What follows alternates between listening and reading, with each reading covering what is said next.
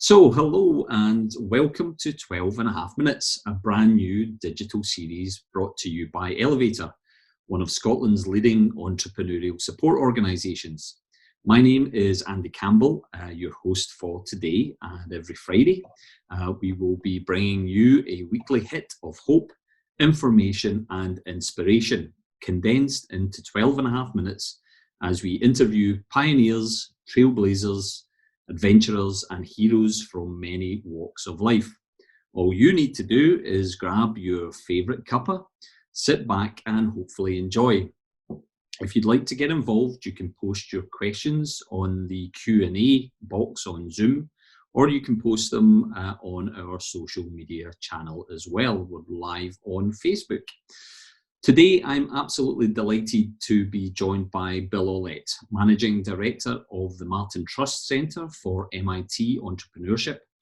As an award-winning educator and author of best-selling book, Disciplined Entrepreneurship, Bill has changed the way entrepreneurship is taught and practiced throughout the world. So joining us live today from Boston, we have Bill Aulet. Good afternoon, Bill, or should I say good morning? Good morning.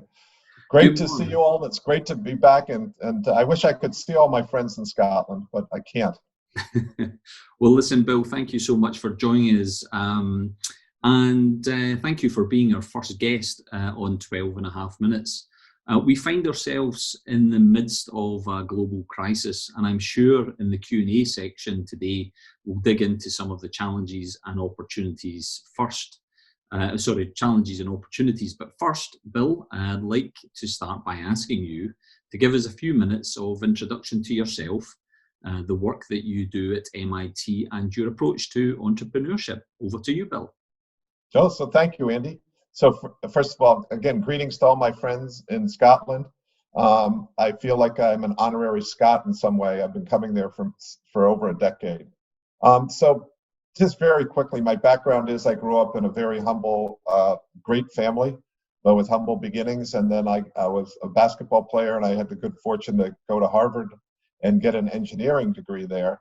And then I came to England and played basketball for a year in a town called Colchester, not the most illustrious place in the UK. And then I came back and got a job at IBM, and I worked there for 11 years, and starting in 1981. And so that was a very exciting time. There's a movie called Silicon Cowboys, which talks about kind of when I was there and how the personal computer took off.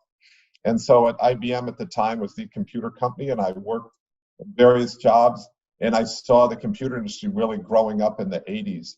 And they sent me to MIT in 1993, and I realized, wow, this entrepreneurship stuff was new, and I wanted to be able to try it. And so during my year while I was getting a master's at MIT, I tried it and I loved it. To me, it was the ultimate meritocracy. The politics were gone. It was either you get the job done or you didn't, just like in basketball. And so at that point, after 11 years at IBM, which was the dream job of most people, I left it and started my first company, which proceeded to quickly fail. And then the second one did quite well, or relatively. For the first one, it did very well. And that was called Sensible Technologies. And the third one was called Visage, which did really well. And then I realized, boy, I wish people had taught me what I needed to know, what I knew in my third company in school, and they could have taught me a lot of that. And so I brought this up to MIT, and they said, that's great, why don't you do it? And I said, no, that wasn't the point. But no good deed goes unpunished. I said, I'll do it for a little bit. And here I am. I've been doing it for over 12 years now, and I absolutely love it.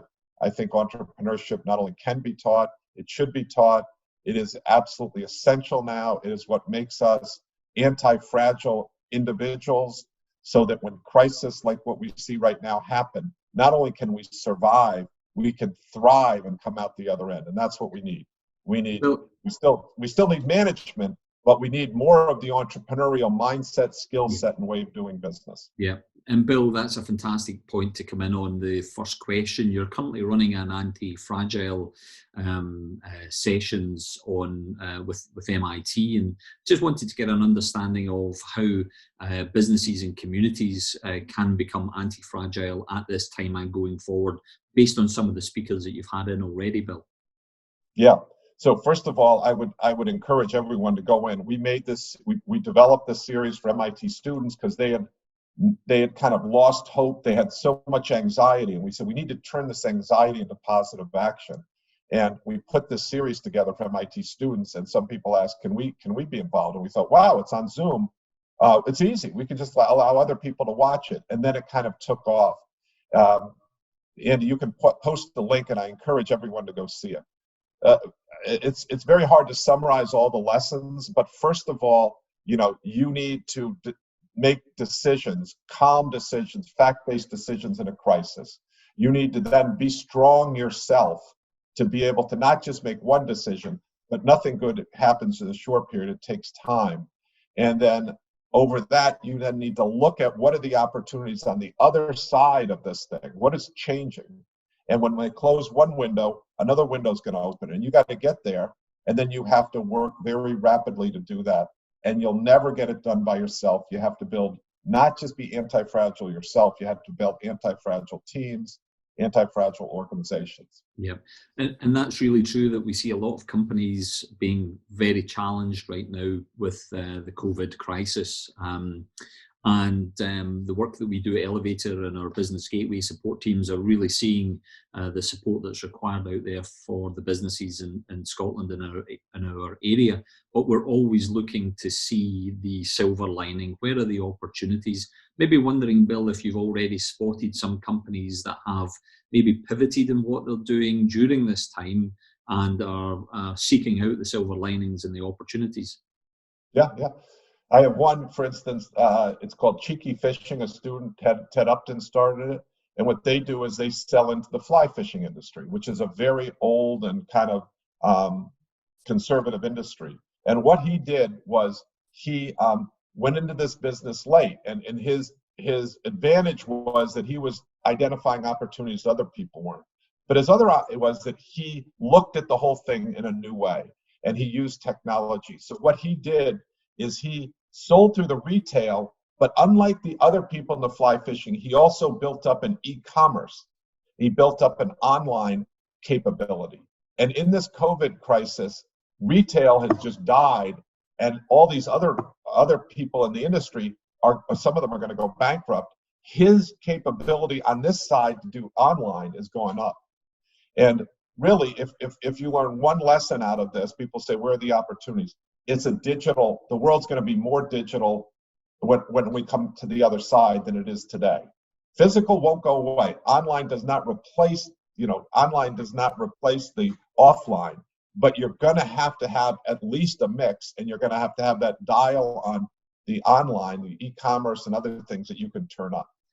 Yeah, and that makes a really important point, that necessity is the mother of invention. And when you're forced into these points, you've got to either invent new ways of moving your business forward or adopting new technologies in order to get your product or your service out there. So whether we like it or not, we're forced into position, and some pioneers will need to just make the best of it. But taking those steps, this is a big challenge. And one of the questions that we have from Kezia McGregor, who's on our current cohort in Dundee, was around the subject of fear.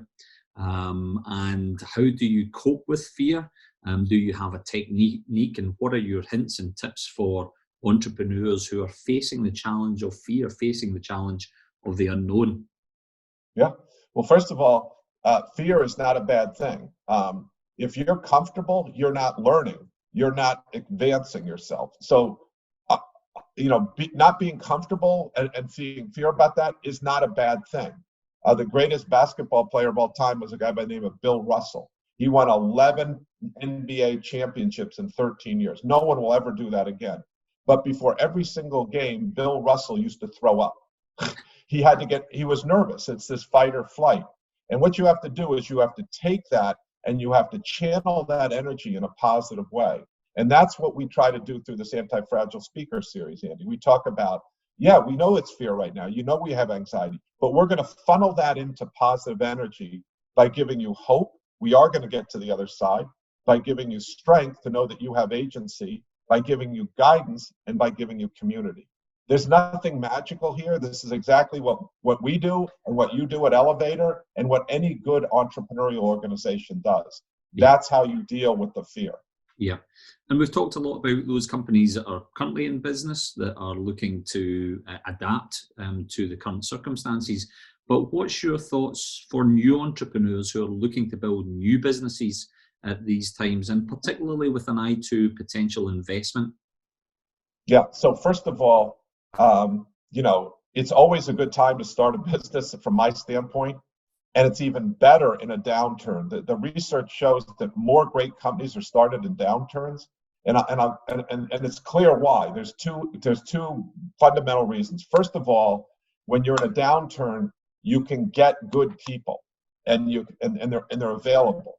And I give you many examples. But your success does not depend on your idea. The success depends less on your product. It depends most of all on the people who can produce that. The second thing is that in a downturn, you build the muscles to be anti-fragile, because it will never just go up.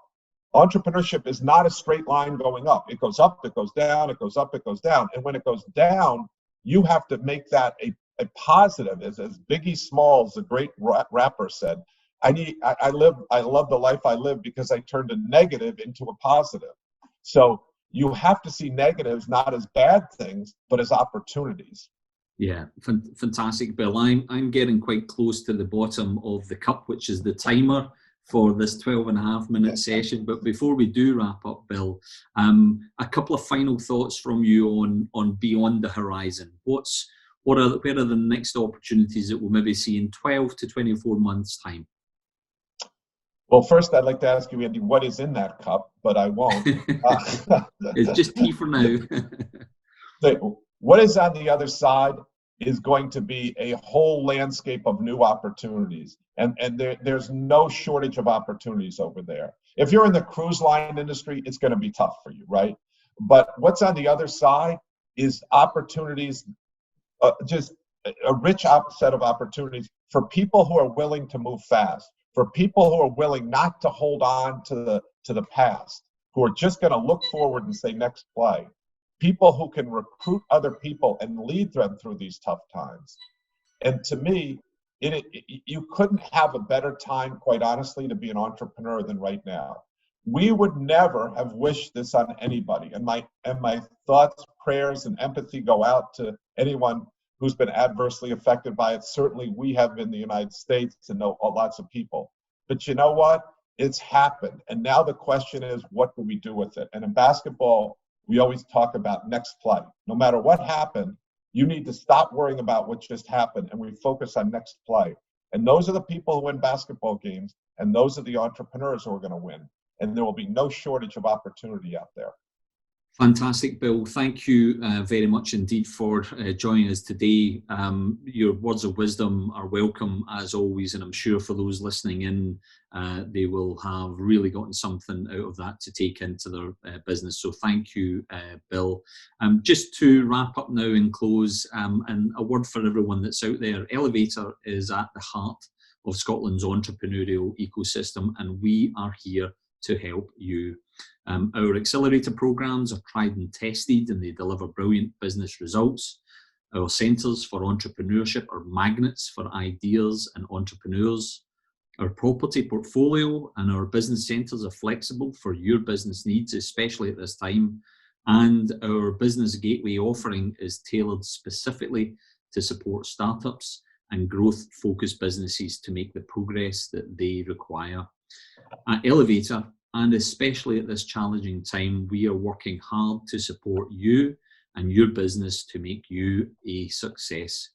Thank you for tuning in. I hope you enjoyed today. Next Friday, the 24th of April, I'll be spending 12.5 minutes with Professor Gary McEwen, who is Chief Exec of Elevator. We will be streaming live on Facebook, LinkedIn, and YouTube, so check out Elevator's social media channels for more details. Make sure you join us then, and in the meantime, have a wonderful weekend and stay safe.